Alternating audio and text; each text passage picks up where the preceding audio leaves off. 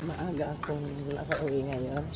Kaya naglakad-lakad lang para simula gate hanggang dito. Para maano yung paa ko.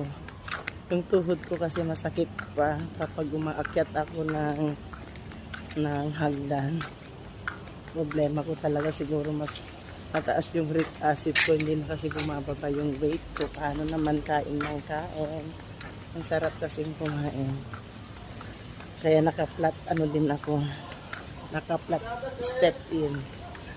Kasi ang hirap talaga ng umedad na ang daming sakit na nararamdaman.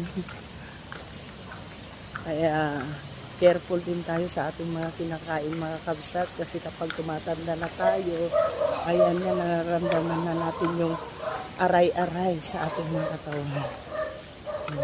Kaya ngayon, naglakad-lakad ako, din ako nag-e-bike para kahit pa paano may exercise. Kasi kaninang umaga, nag-walking ako umaga, na malengke, this time naman walking ulit, diba? So, yun lang. Bye. God bless.